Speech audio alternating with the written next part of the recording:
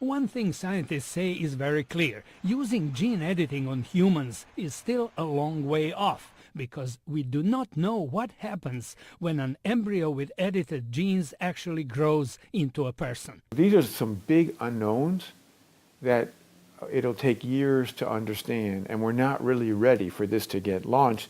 The ethics, the unknowns are really big questions. After the failure of similar attempts in China, scientists at Oregon Health and Science University used a different approach, trying to repair a faulty gene in a human embryo at the moment of fertilization.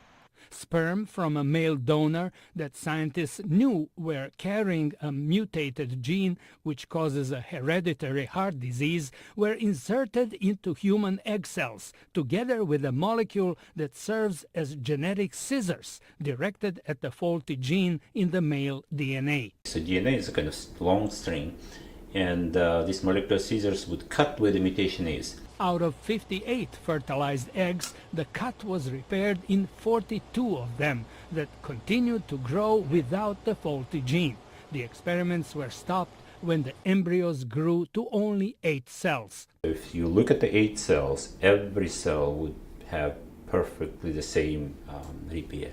The experiment showed that if gene editing is done at an early stage, the cells can repair the cuts and continue to grow without disease-carrying genes that have plagued families for generations.